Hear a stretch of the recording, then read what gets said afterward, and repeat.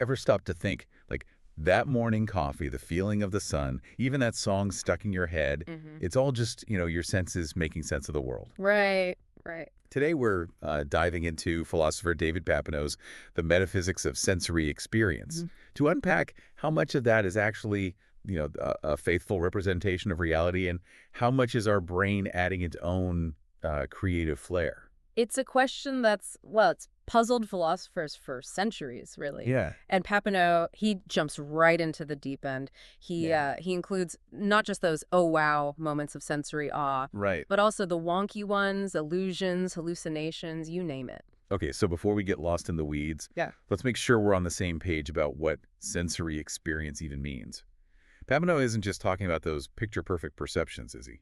No, not at all. He argues that everything from seeing, a vivid sunset to those weird half-remembered dreams, it all kind of falls into the same umbrella. Okay. What's fascinating is that he includes those times when our senses, get it wrong. Like seeing a mirage shimmering on the horizon, or maybe, that feeling when you swear you felt your phone vibrate when it didn't. Exactly. He calls these the bad cases of sensory experience, where what we perceive doesn't quite line up with reality. Yeah.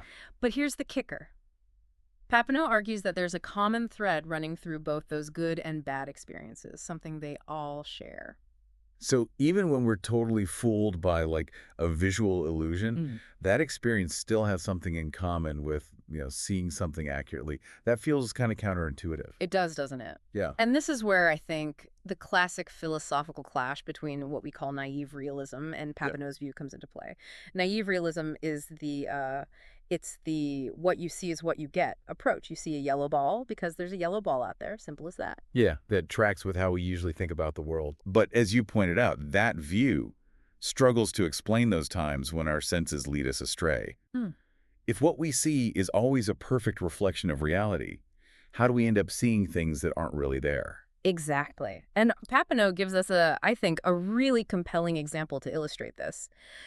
Imagine seeing a supernova explode in the night sky. It's a, dazzling, awe-inspiring sight. Hmm. But here's the thing, that supernova might have actually burned out centuries ago. Wait, hold up. How can we see something that happened like hundreds of years before we were even born? That's the crux of the argument against naive realism. It's called the time lag problem. Right. We're seeing the light from that supernova. You know that light's reaching us now, even though the event itself is long gone. Oh, It's like saying you're still getting a tan even though you're inside just because, the sun's rays hit you earlier. okay, that's a serious mind bender. Yeah. So if we're not directly experiencing the world as it is right now, Yeah. what's Papineau's alternative? He proposes that instead of direct perception, our senses are creating representations. You can think of them like mental pictures of the world. Hmm. But even this idea, known as representationalism, it comes with its own set of puzzles. Like if it's all pictures in our heads, how do we know those pictures actually match up to, to reality? Right. And does that mean, like, are we trapped inside our own heads, never truly experiencing the quote-unquote real world? Those are exactly the kinds of questions Papineau grapples with. Yeah. And he doesn't stop at just presenting the idea of representationalism. Yeah. He delves into different, variations of it, like naturalist representationalism and Right. phenomenal intentionalism, Hmm. each with their own take on how these mental representations come about and what they mean for our understanding of reality. So it's not just one big mental movie playing in our heads, Right. but different theories about how the projector even works in the first place. Exactly. And Papineau, he loves to poke at these theories, highlighting the challenges they face. Okay. For example, he uses this intriguing example of doppelgangers to challenge some forms of representationalism. Okay, doppelgangers as in those eerie identical twins that pop up in scary movies. Not quite those kind, but you've got the right idea. Imagine two people who are, identical, same brain structure, same everything, but they live in slightly different worlds. Maybe one world has a particular type of flower that doesn't exist in the other. Okay, yeah, Would their experiences be identical? that's a toughie. If our experiences are just these internal representations, shouldn't they be the same? Even if the external world varies a bit. That's the dilemma Papineau raises. Yeah. If our experiences can differ even when our internal states are the same, Right. It suggests that the content of our experiences isn't solely determined by what's going on inside our heads. So it's not just about the hardware of our brains, but also the software of our environment and how those two interact. It's like saying that two identical computers can display different things depending on the websites they're connected to. You've got it. This is what Papineau refers to as broad content. The idea that the actual content of our experiences depends on more than just our internal brain states.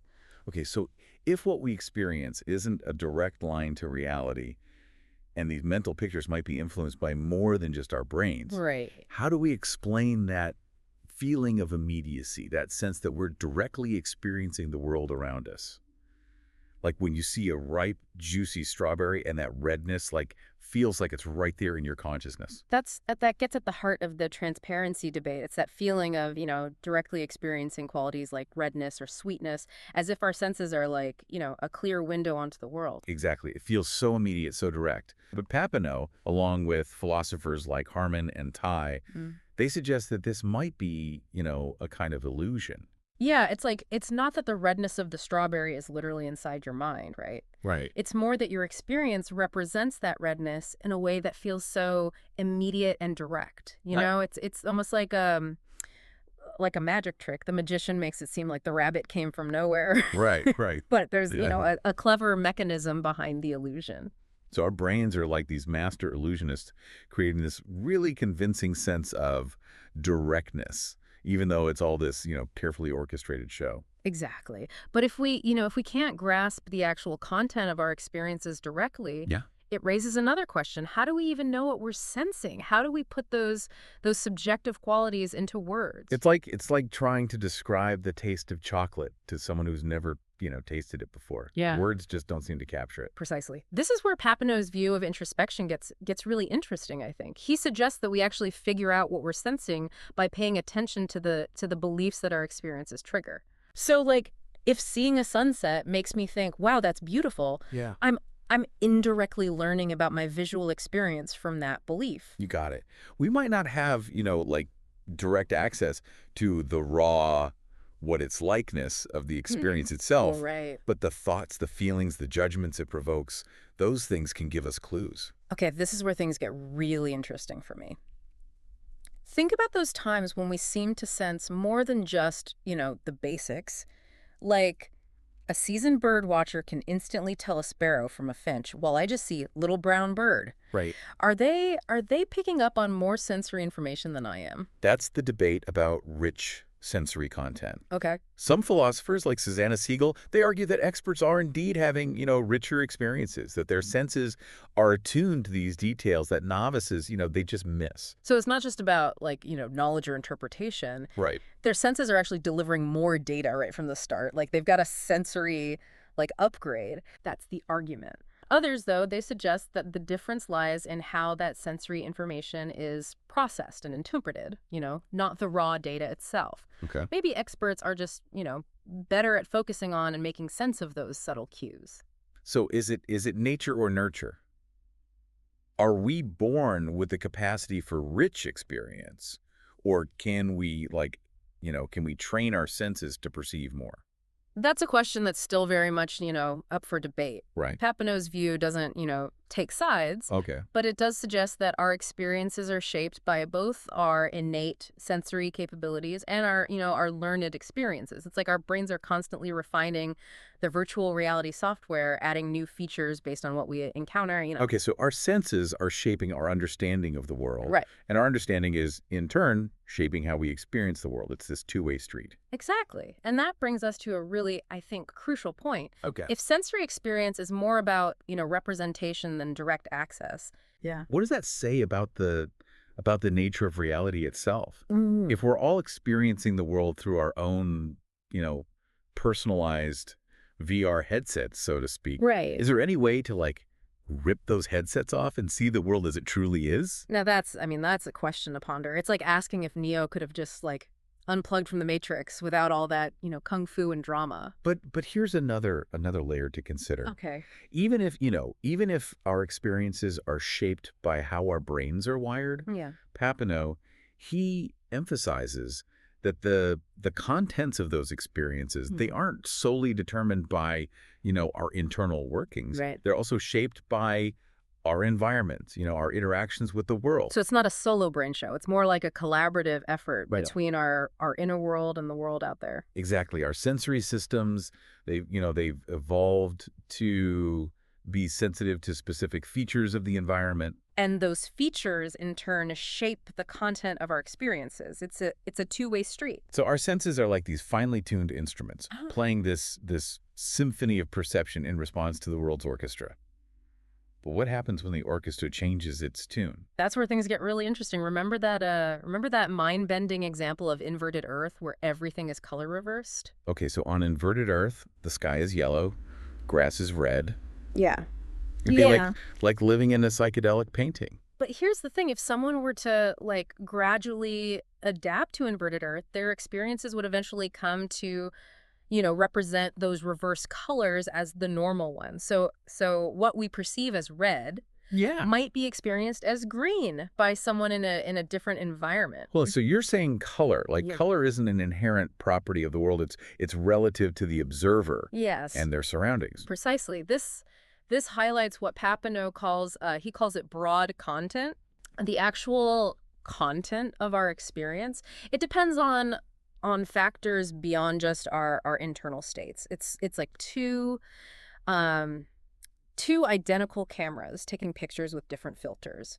The resulting images will look different, even though the cameras themselves are the same. So it's not just that the pictures in our heads are up for debate, right? But even the building blocks of those pictures, color, shape, maybe even more, might not be as fixed and objective as we think. You're getting it. Wow. And Papineau, he takes us even deeper, exploring how the structure of our experiences contributes to this sense of an objective external world. He talks about quasi-objects and quasi-properties, Right. are these recurring patterns in our sensory experience that create the feeling that we're interacting with distinct separate objects. It's like those clusters of pixels on a TV screen that from a distance, they form, a recognizable image. Exactly. They're not like real objects in themselves. Right. But they create this convincing illusion of reality. Exactly.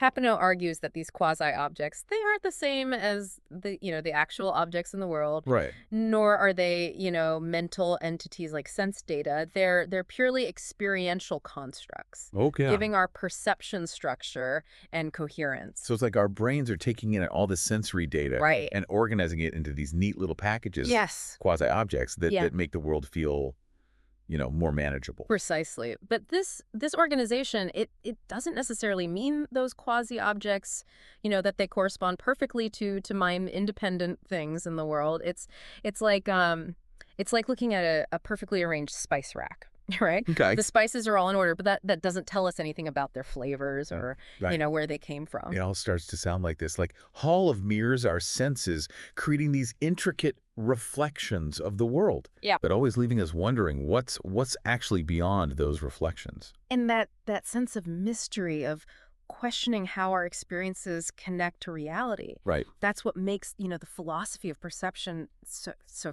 fascinating. It challenges us to look beyond our immediate sensory world. And grapple with these deeper questions about consciousness and the universe itself. And sometimes it feels like the more we learn, the deeper the mystery becomes.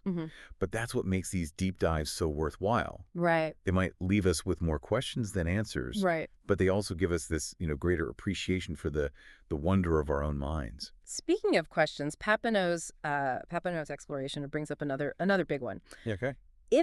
If our internal states don't directly mirror the world, how do we ever really know what we're experiencing? How do we even begin to talk about those subjective qualities? It's a real head scratcher.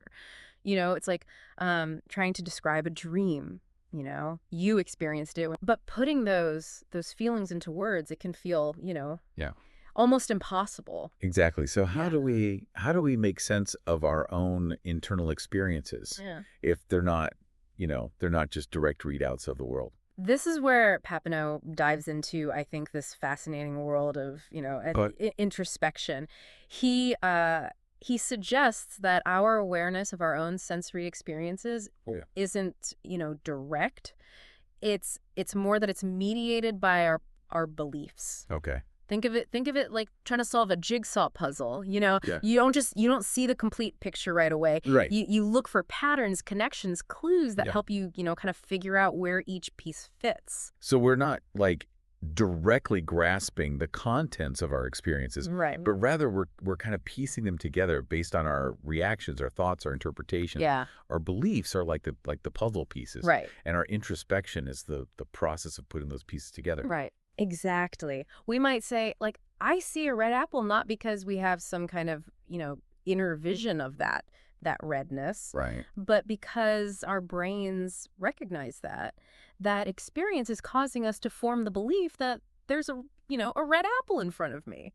It's like our brains are like playing a game of sensory charades. Mm-hmm. We're trying to guess the experience Yes. based on the clues our minds are providing. Right. It makes you wonder, though, do our beliefs, like, do they limit us? Yeah. Or do they help us, navigate this sensory world? That's where the debate about phenomenal concepts comes in, I think. Okay. Some philosophers, they believe that these concepts, which we use to grasp those subjective, qualitative parts of experience, Right. they're special. They're unique to our inner world. Mm-hmm. But Papineau, he suggests that they might just be our, everyday cognitive tools applied to the realm of, subjective experience.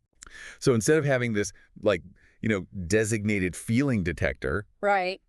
we're using our, our regular brain power to try to make sense of our senses. Exactly. And this highlights the incredible interconnectedness of our inner and outer worlds. Our experiences are shaped by both our brains and our environments, our knowledge, and even our beliefs. Like this feedback loop. Right. Our experiences are influencing how we see the world, and how we see the world influences our experiences. And that feedback loop can lead to some, pretty mind-bending possibilities. Yeah. Remember that, inverted Earth thought experiment we talked about? Yeah. It shows how even something as fundamental as color perception might not be as straightforward as it seems. Right. On inverted Earth, what we call red, they might call green. It's a good reminder that even our most, I guess, basic sensory experiences are shaped by more than just like the physical properties of the world around us. Exactly. And this idea of, relativity. Right. It isn't just limited to color. Right. Papineau argues that even how we experience the world as being full of, distinct objects with specific properties, it might not perfectly reflect reality. Right. He suggests that our brains, they take in all this sensory information and they kind of organize it into what he calls quasi-objects. Okay. These stable patterns in our experience that make it feel like we're interacting with separate things. So our brains are like master organizers. Yes. Taking all the sensory chaos. Yeah. And sorting it into like these neat little categories. You got it. These quasi-objects, like your your trusty coffee mug or whatever. They're useful constructs that help us, navigate the world, but they might not correspond exactly, to mind independent objects out there in the world. It's a bit like looking at a map, right? Okay. A map is useful for, finding your way around, but it's not the territory itself. So our experiences are like maps. Exactly. Useful guides, but not necessarily like, perfect replicas of the terrain. Precisely. And Papineau's work, it encourages us to be aware of that distinction, the difference between the map and the territory, the representation and the reality. Right. Our senses give us this, this rich, vibrant picture of the world, but it's a picture that's always, filtered through our own unique perception shaped by our brains, our experiences, and even our beliefs. It's a humbling realization for sure that our grasp on reality might be more subjective than we often assume, but it's also kind of, I don't know. Yeah. It's exciting. It opens up this whole new, world of questions about consciousness, perception, the nature of reality itself. It's like we've pulled back the curtain on the wizardry of our own senses, Yeah. and we're left wondering what other illusions are our brains, Yeah. What else? capable of creating. Thanks for joining us on this deep dive into the fascinating world of sensory experience. It's a journey that might not have a final destination, Right. but it's certainly one worth taking.